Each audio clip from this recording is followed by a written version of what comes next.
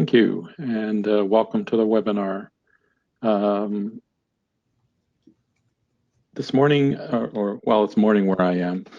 Could be afternoon or evening, depending on where you are. Welcome and thank you for your time. Today, we're going to look at a couple topics in the transport layer.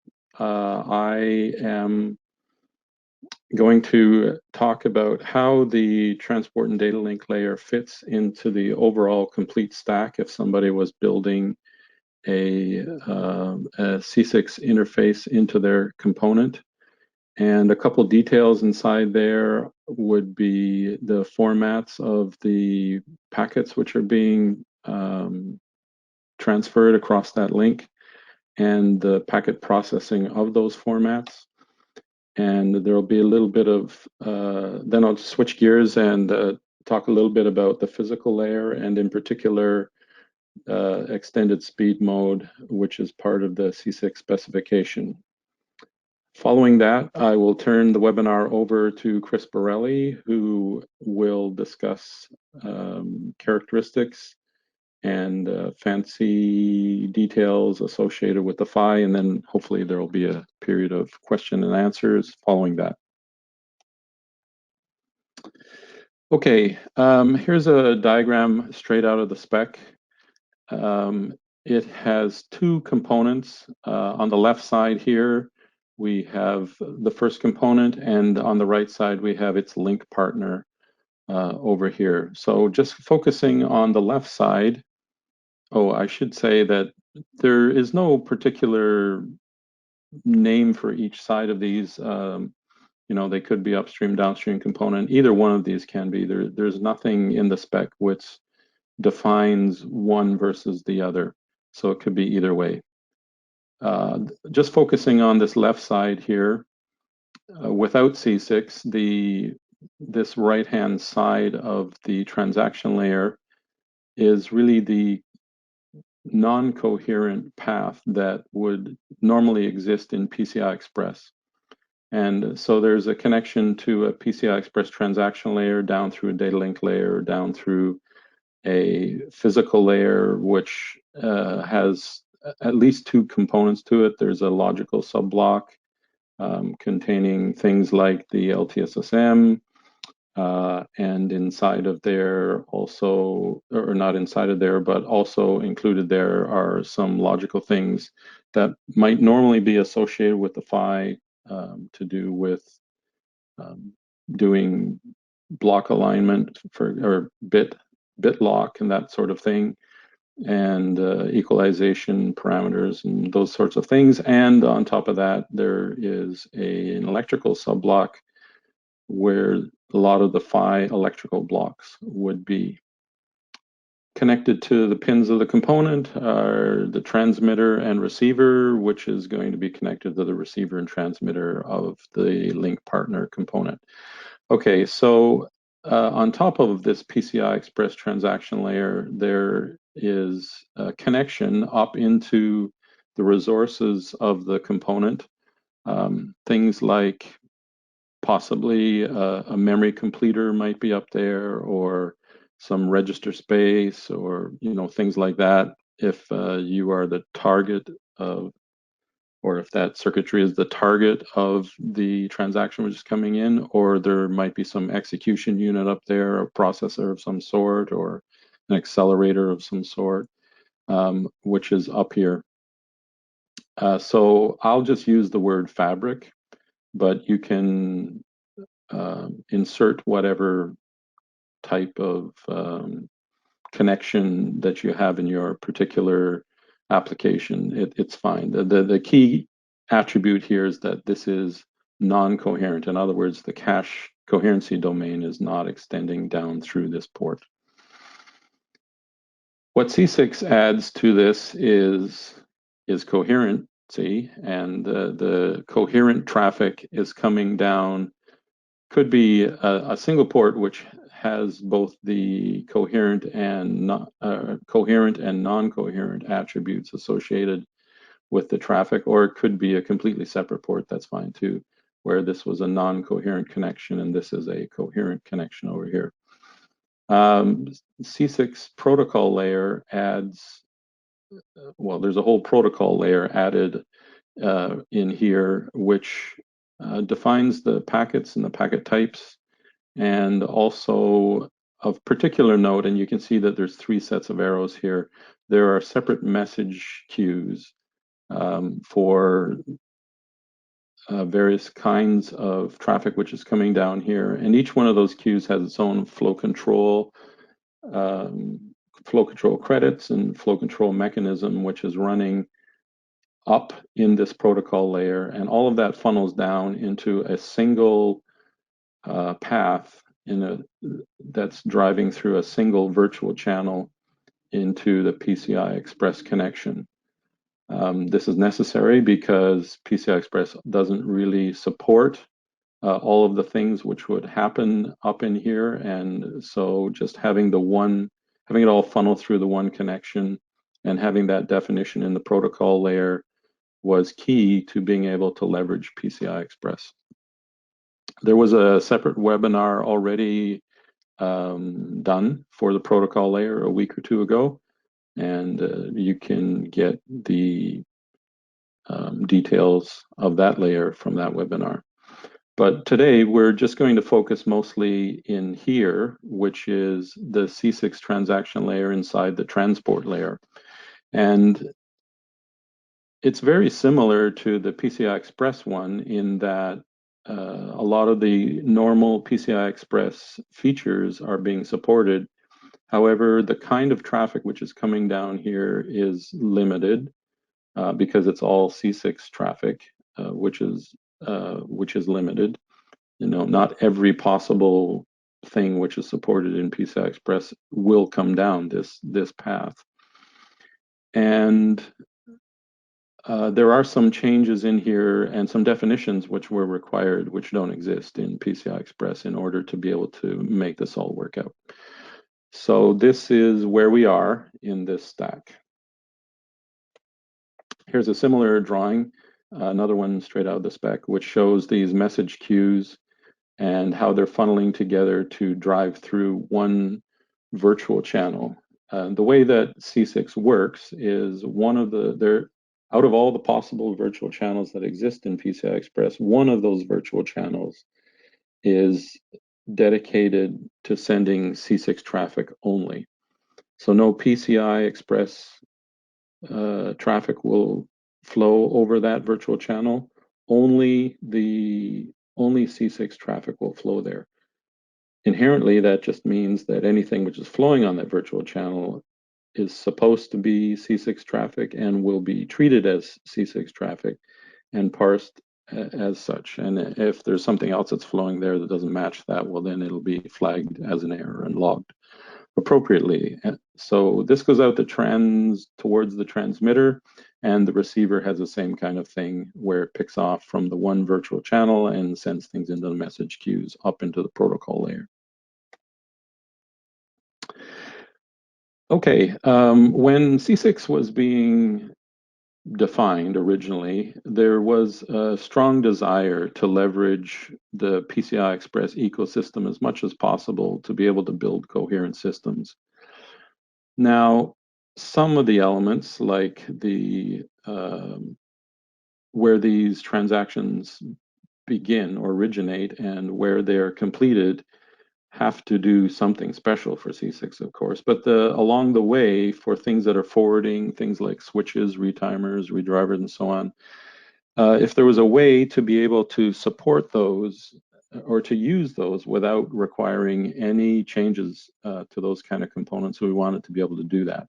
And so there was a there is a definition in PCI Express to be able to do that, to be able to support several CCIX unaware components so that as little changes as possible in the other components was required in order to build up a complete coherent system.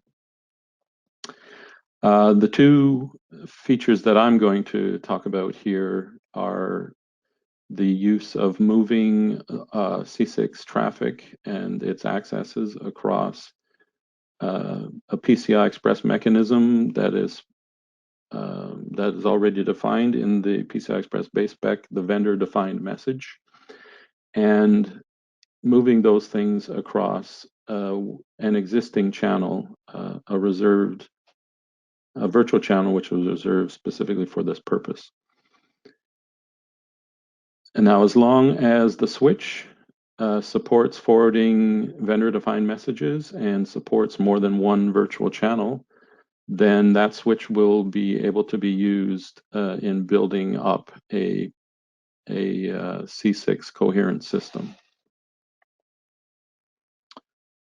Okay, so I've already talked about the reserved virtual channel. That's pretty straightforward. The vendor-defined message. Here is what a vendor-defined message header, well, the whole message looks like. And we call this the PCI Express compatible TLP format, where the C6 access is being populated into the vendor-defined message and contained within a vendor-defined message. So to PCI Express components that are unaware of C6, it just looks like a vendor-defined message, and as long as they support them, they'll forward them on. So the first 3 D words here are just the definition straight out of the spec. There's a message code that's being defined there. There's a vendor ID field which uses a unique value that C6 components will use to compare what's in this field to be able to then decode the rest of the message that it's in the appropriate C6 defined formats that are defined by the protocol layer. The 4th D word in the vendor defined message was always open and available to be defined by the vendor specific method, which is being defined by C6 protocol. And any payload that follows with it, these things are available to the protocol layer to be able to define access types and packet types in there. So as an example, here is a PCI Express compatible format write access. And so you can see up here the vendor defined message header. These first 3 D words are, again, straight out of the spec. And that last 4th D word, which has some fields filled in and defined as part of the write, and the payload has other fields for the write, with the address and the write data and so on.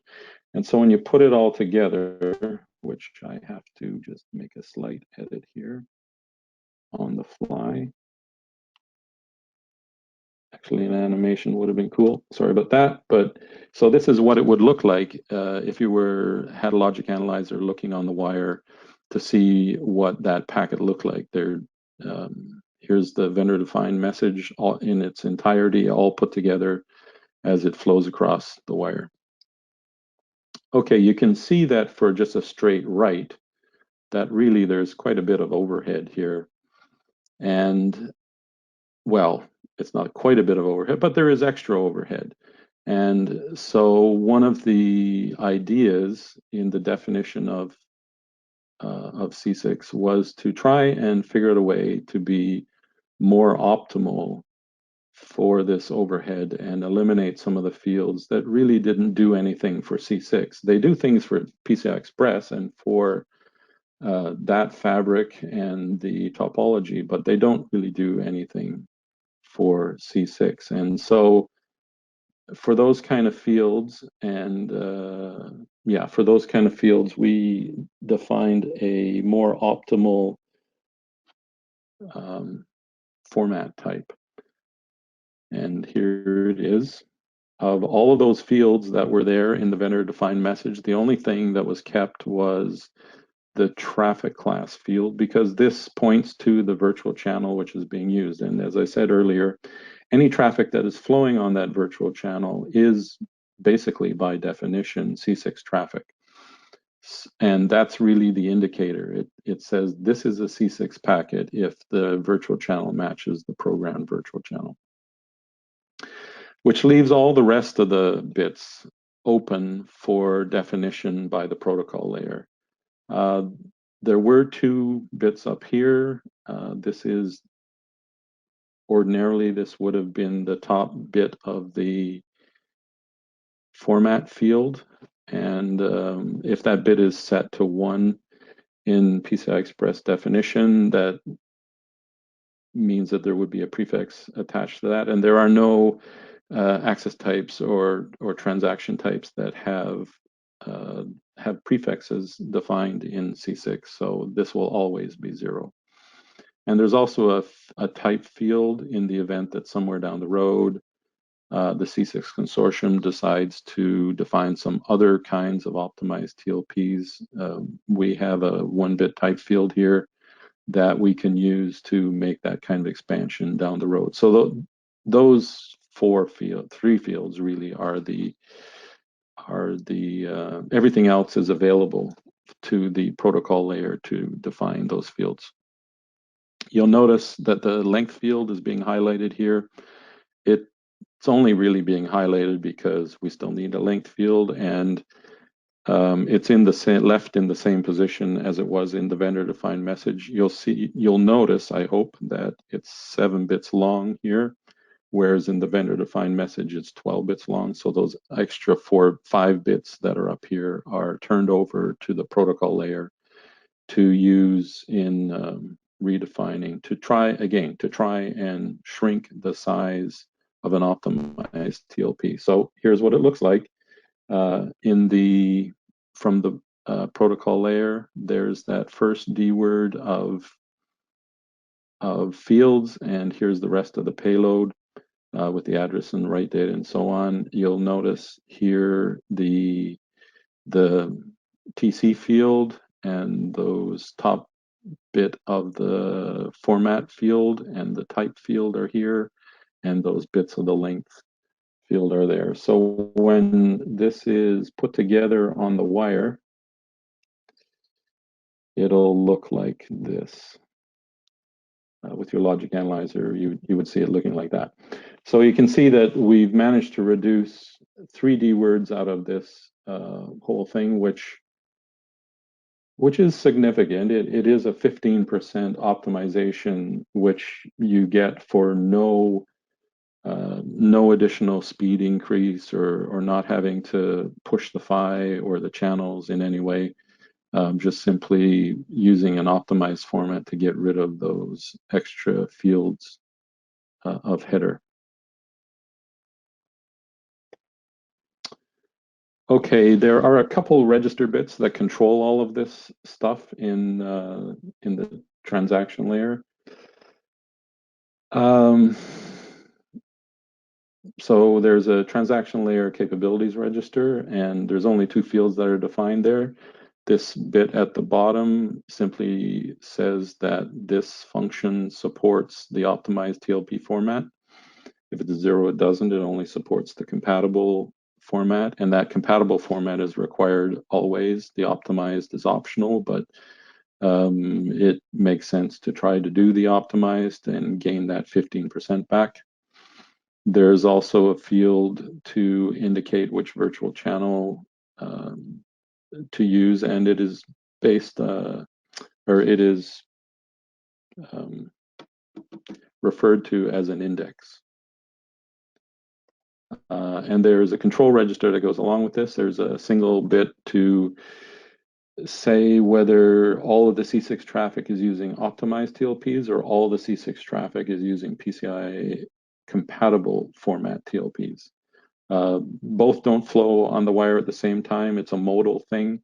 If this bit is clear, it'll always be PCI Express compatible format using the vendor-defined messages. If it is set, they'll always be optimized TLP format packets. And this other bit I included for completeness, but I'm not going to talk about it in the webinar today. All right, so trying to, as those packets are being received, This is how the processing will go. Based on what traffic class it is, we'll identify which virtual channel it is. And if it's the CCIX virtual channel, then we'll pass that on, well, into the same transaction layer to check for the setting of that TLP format control bit. And you'll see using the nomenclature. It's a little bit hard to read here, but this is using the nomenclature that is used throughout the spec, using these camel case for the header type, the register, and the field. Yeah, so if it's set, then those are vendor-defined messages. And if an optimized TLP message happened to come in through this way, then it'll be rejected and errors logged accordingly. If that bit was clear, then, or if that bit was set, then everything will be an optimized TLP, and anything which comes along as the PCI Express compatible TLP, which is the vendor-defined message, those will be rejected by this decision box. Once these are defined to be compatible, once we know that these are PCI Express compatible TLPs coming in, a few checks are done in this layer, making sure that the format matches something that we're expecting. If it's not, then it's malformed, and do what you normally do with malformed. If it did match, then do some TLP checks. And amongst the things that are being checked there is to check that it's a vendor-defined message with data. So here's the message code, here's the data, and that the vendor ID field matches the unique value which is being used by all of C6 to define these messages, so that C6 can go on and parse the rest of the message. If it was some other vendor ID, these messages are not C6 messages.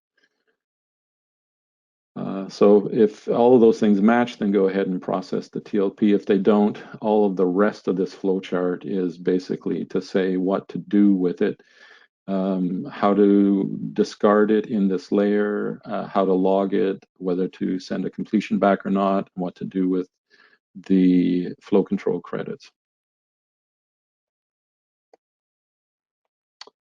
Optimized TLP processing is simpler. Simply just check those other two bits, and if they are the way they're supposed to be, then go ahead and process it as an optimized TLP. And process really just means for this layer to pass it on to the protocol layer. That's really all it's doing. Just move it along. Otherwise, if you don't move it along, it's basically just consumed within this layer and dealt with here and not passed on to the protocol layer. So the protocol layer doesn't have to worry about these kind of checks. So if it didn't match those things, then just process it as a malformed TLP, and there's a little bit of tweaking that's probably going to happen in the spec in this area. Okay, moving on. Wanted to just spend a little bit of time talking about the physical layer and more details on extended speed mode. So amongst the things which were being defined when C6 was defined was what to do with a physical layer, how to move the transport.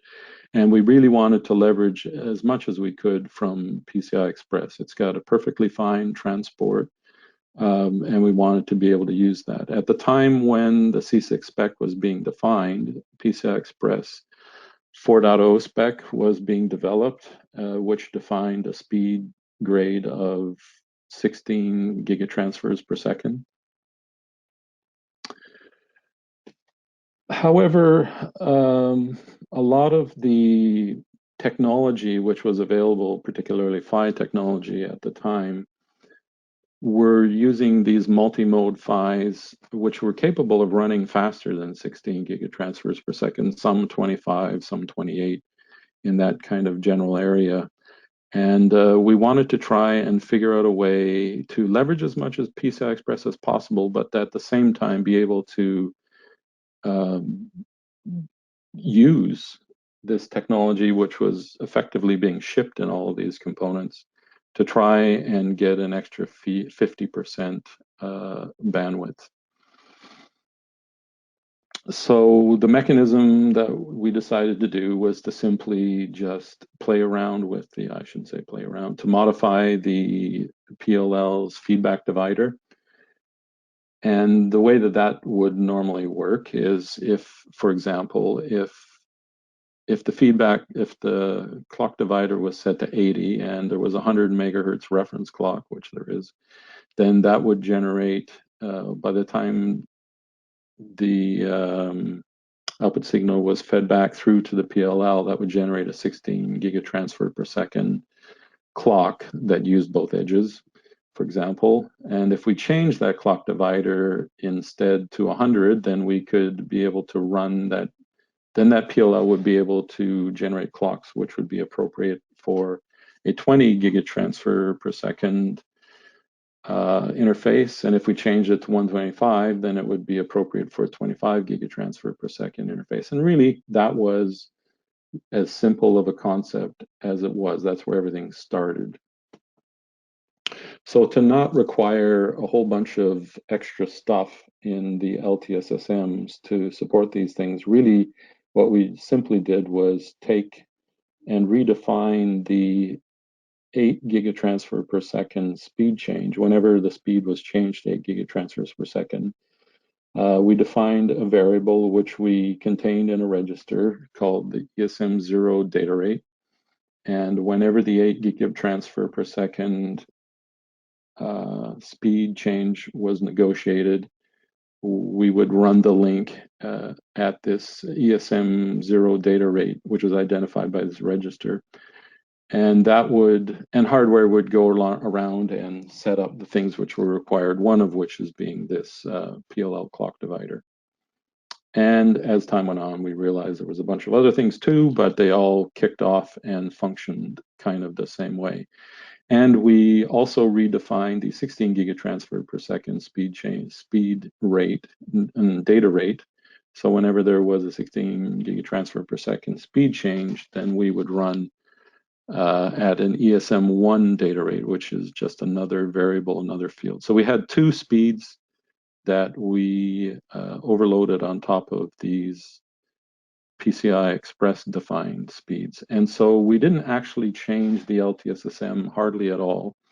There were some very minor tweaks to handle long reach, but otherwise there was no significant changes in the LTSSM to support ESM, and that's actually quite a good advantage of the thing, of the feature.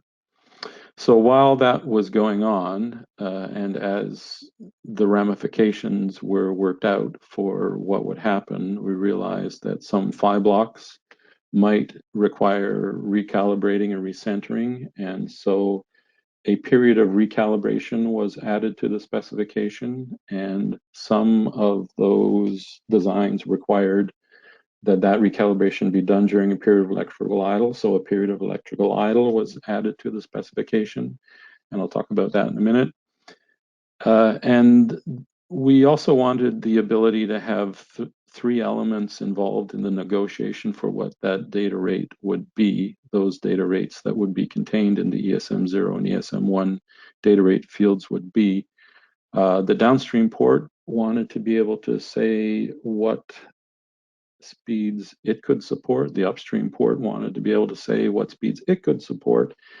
And we also wanted to be able to supply some platform knowledge, based on the PC board routing, the connector type, and so on, and all three of these elements to be able to provide their input into the negotiation of what those data rates would be. Otherwise, all the rest of the PCI Express features are preserved. and unchanged, so we could leverage the PCI Express defined features as much as possible. All right, so here's a picture that kind of just shows some of that. On the left-hand side, in just regular PCI Express mode without supporting extended speed mode, here are the 4 data rates which are defined in the PCI Express 4.0 spec: 2.5, 5, 8, and 16 gigatransfers per second. And when running in extended speed mode, we still have 2.5 and 5. And here is where the ESM data rate 0 overloads the 8 gigatransfer per second negotiation, and ESM data rate 1 overloads the 16 gigatransfer per second data rate. All right, and this is a timing diagram. I should say at the beginning, I suppose, that there is a place here, well, I think I can do it as we go along. All right, so the way that this negotiation and data rate changing will occur is at boot, the link is permitted to come up in its regular natural default PCI Express data rate, whatever that would be. So let's say that all the components are capable of doing 16 gigatransfers per second. So that highest common data rate is going to be 16 gigatransfers per second. And the link would come up just as PCI Express would do. It would do the 8 gigatransfers per second equalization, 16 gigatransfers per second equalization, and then eventually get to L0. And the link would be running at 16 gigatransfers per second. Okay, now at this time, C6 aware system software will then go out and enumerate the functions that are out there, and amongst other things, look for and discover the C6 Transport DVSEC and check in there to see if it supports ESM. So that's what's happening. That's what's going on at the very top here. It'll go around, look, find those things, and it will eventually, and hope, as far as this timing diagram is concerned, it'll find that support. So it knows that it wants to change the data rate.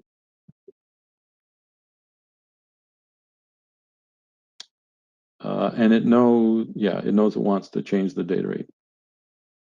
So if it's going to go and program something into ESM0 and ESM1, we don't really want that to be mucking around with circuitry which is currently being used and currently running at 16 gigatransfers per second. So the first thing to do is to change the data rate and change it down to something which isn't 16 and which isn't 8, which really leaves 2.5 and 5. We defined 2.5 in the spec, but 5 would have worked also. So the first thing to do is to go in and retrain the link, send the link through recovery, and do a speed change down to Gen 1.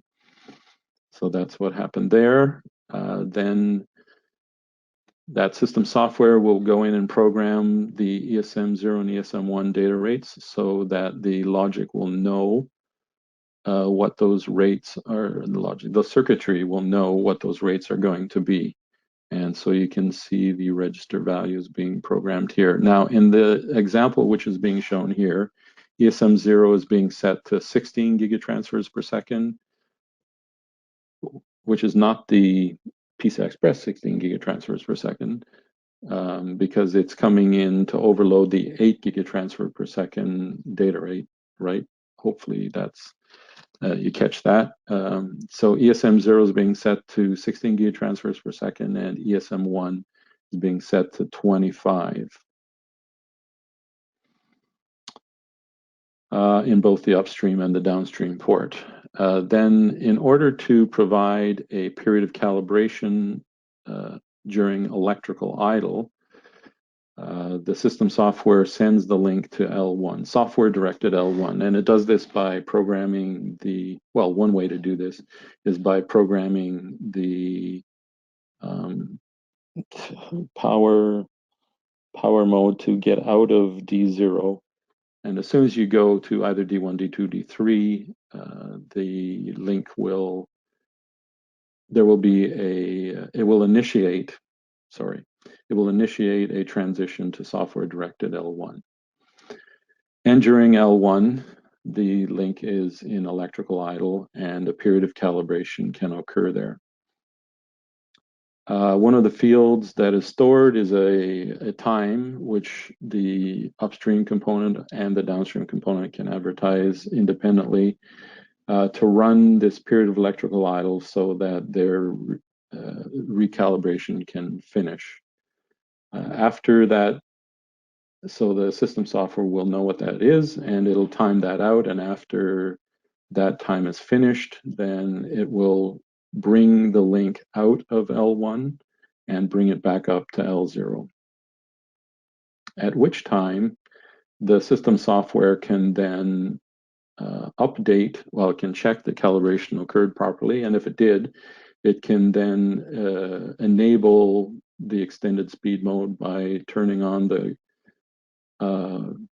enable bits in the control register, and then kick off a speed change to, let's just say, a speed change to the 16 gigatransfer per second data rate, which we now know is overloaded to 25. And so because it was running at 2.5, it will then go back and do the 8 gigatransfer per second negotiation again, which is now overloaded to 16. And so it will do equalization there at the 16 gigatransfer per second data rate. And then when that finishes, it will go and do the 16 gigatransfer per second data rate speed change, which is now overloaded to 25, and do the equalization associated with that. And once that is all finished and the link comes back to L0, the link is ready to go at the ESM data rate. And so this is how that whole negotiation and those speed changes occur. And from this point on, boot can continue, and eventually the system will be turned over to OS and so on.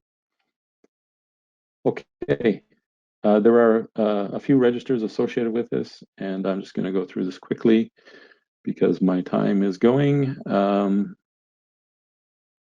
All right, so this is a DVSEC, a standard DVSEC header, and this is the whole structure, a picture of the whole structure. So here's the regular header, and then the vendor-defined stuff starts in here.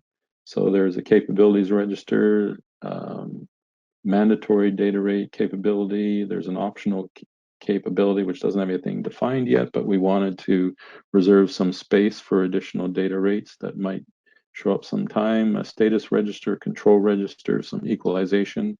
And this is where those transaction layer capabilities and transaction layer control registers were put. Okay, so the transport capabilities register, the ESM, sorry, that's the wrong title up there. The ESM capabilities register has a few fields. Is ESM supported? Is long reach supported, and how? Is recalibration required on when a ESM data rate change is done? How long is that calibration period of time? And a quick equalization timeout field, which I'm not going to talk about. You can just read about it in the spec. In the mandatory data rate capability register, these are where these bits are required to be placed. There's a status register, as I said, and the control register. This is really probably the most critical one. This is where the ESM data rate is 0 is programmed. ESM data rate 1 is programmed in this field. There's a field to initiate the performance of calibration. There's a bit to enable ESM at all, and the rest of these fields are what to do with long reach. Mostly they have something to do with long reach. And that's it. At this point, I will turn the webinar over to Chris Borelli. Okay, thank you, Gord. Looks like I'm talking so you can hear me. Okay, so I'm going to get started. I have only 3 slides. This is just sort of an overview of the electrical PHY for CCIX.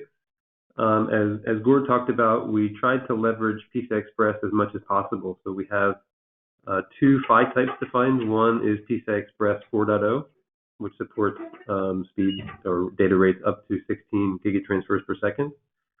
And Gord was talking about ESM mode, and PHY types that are extended data rate PHY types support ESM mode, which extends the 4.0 PCI Express rates up to 20 gigatransfers per second and 25 gigatransfers per second. So within the EDR PHY type, we have 2 variants to optimize physical reach, short reach and long reach. So just some examples. So short reach insertion loss die to die at 25 gigatransfers per second, or 12.5 gigahertz, is 22 dB. And similarly, long reach is 32 dB for the same Nyquist frequency. The losses I'm quoting here, these are informative. The normative channel compliance is very similar to PCI Express, and I'll talk about that a little bit on the next slide.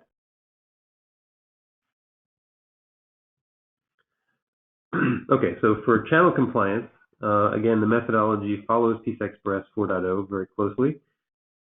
We have updated the reference receiver for the higher data rates.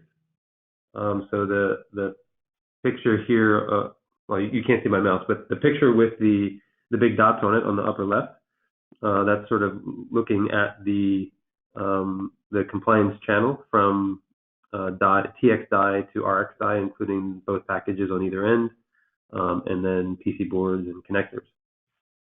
The dotted box on the right is showing a little bit from the spec how we define the reference receiver. So there are just 2 pictures from the spec, SR and LR reference CTLEs. There's more details in the spec, but that just gives you some idea. The left curve is short reach and the right is long reach.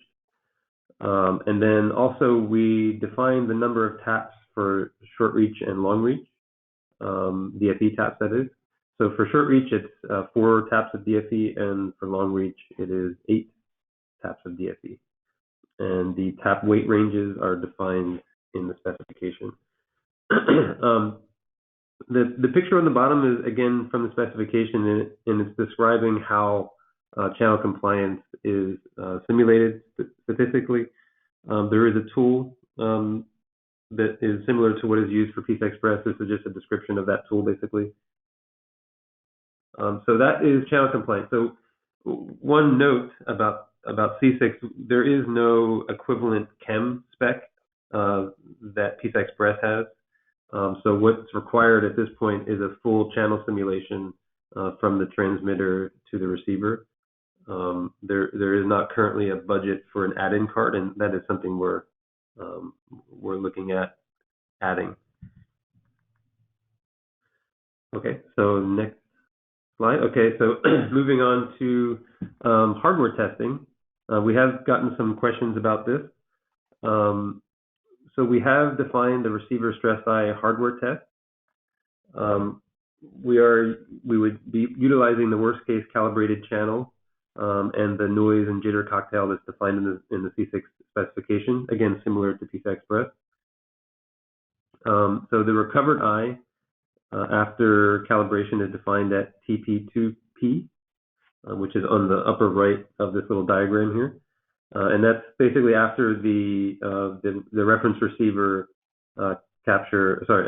equalization right before the capture flip-flop.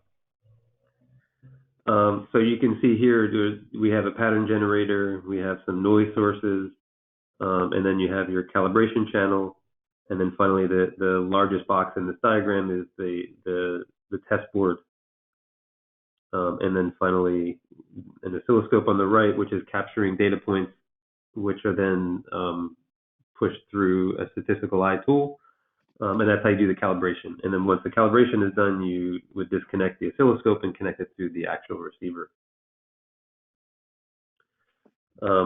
So again, PCI Express 4.0 methodology is followed as much as possible, but there are some changes that are outlined in the CCIX 1.0 specification. So that's just a quick overview of the C6 PHY in terms of data rates, how we define channel compliance, and a little bit about how we do receiver stress eye hardware testing. And that is all for the PHY. And the next topic, I guess, is question and answer period. Thank you, Gord and Chris, for sharing your expertise with us. We're going to go ahead and move on to the questions portion of this webinar. If you have any questions regarding the content of this webinar or general questions for our experts, please submit them in the questions area. And we will allow a couple minutes for submissions, and we will answer those questions shortly.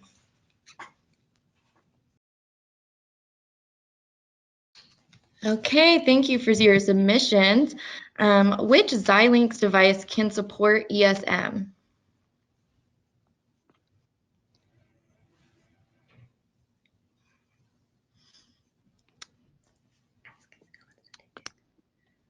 Kieran, do you want to take that one? Or do we know? It's kind of a good question. I actually wonder if one should ask a Xilinx sales rep, just because, first off, this is Gord. I don't work for Xilinx, so I don't actually know their data book really well. And even trying to not put the other guys on the spot either.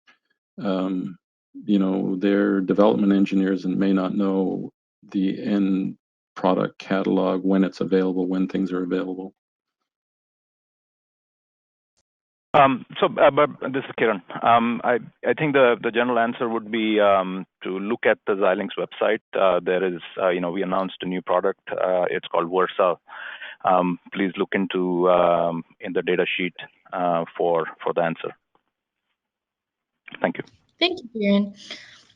All right, how many connectors are expected to be supportable with ESM1 25 Gbps?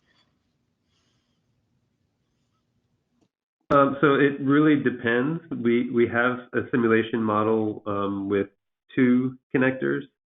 But again, so channel compliance is defined as basically passing a statistical simulation eye height and eye width with an end-to-end system simulation with a reference transmitter and receiver. So as if you can, I'll say, make your channel better in other ways, then that you can probably get to 2 connectors.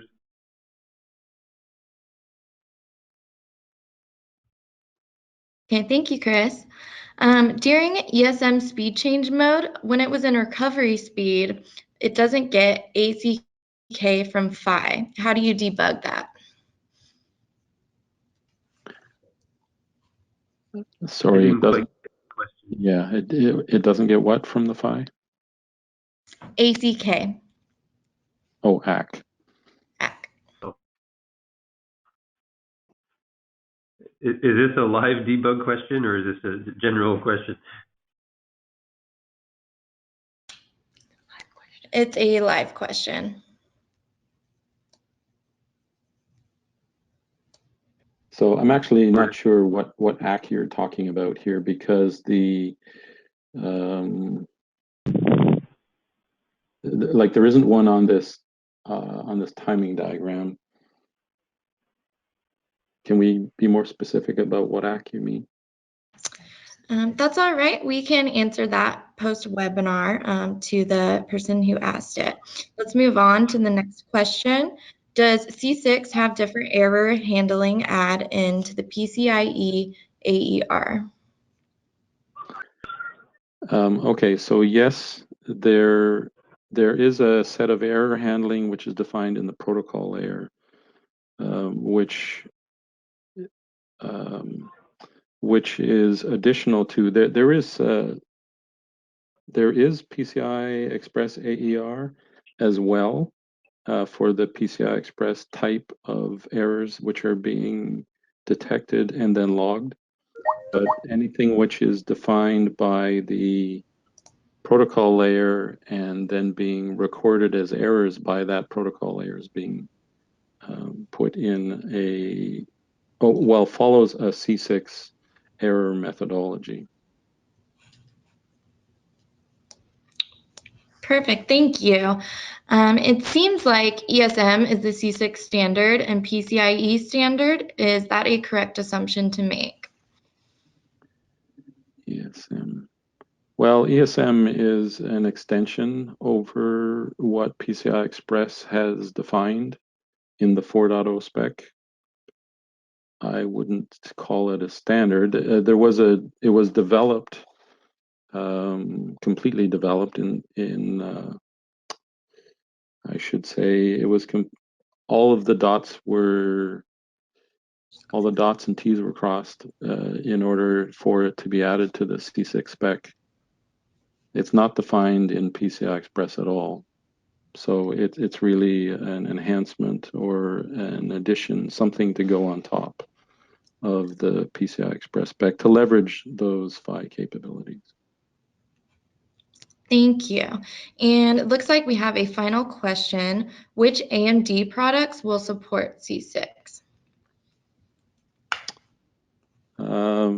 Same kind of answer that went before. Oh, support C6, right. Same kind of answer as was before. There will be AMD products supporting C6. I can't actually tell you which ones, and the way to find out is through the same path that was stated before about Xilinx, through sales reps and data sheets. And I apologize for that, but it's kind of an engineer's answer. That's all right, thank you. It looks like that's the end of our questions portion. Again, thank you, Chris and Gord, for presenting, and thank you to those who listened in today.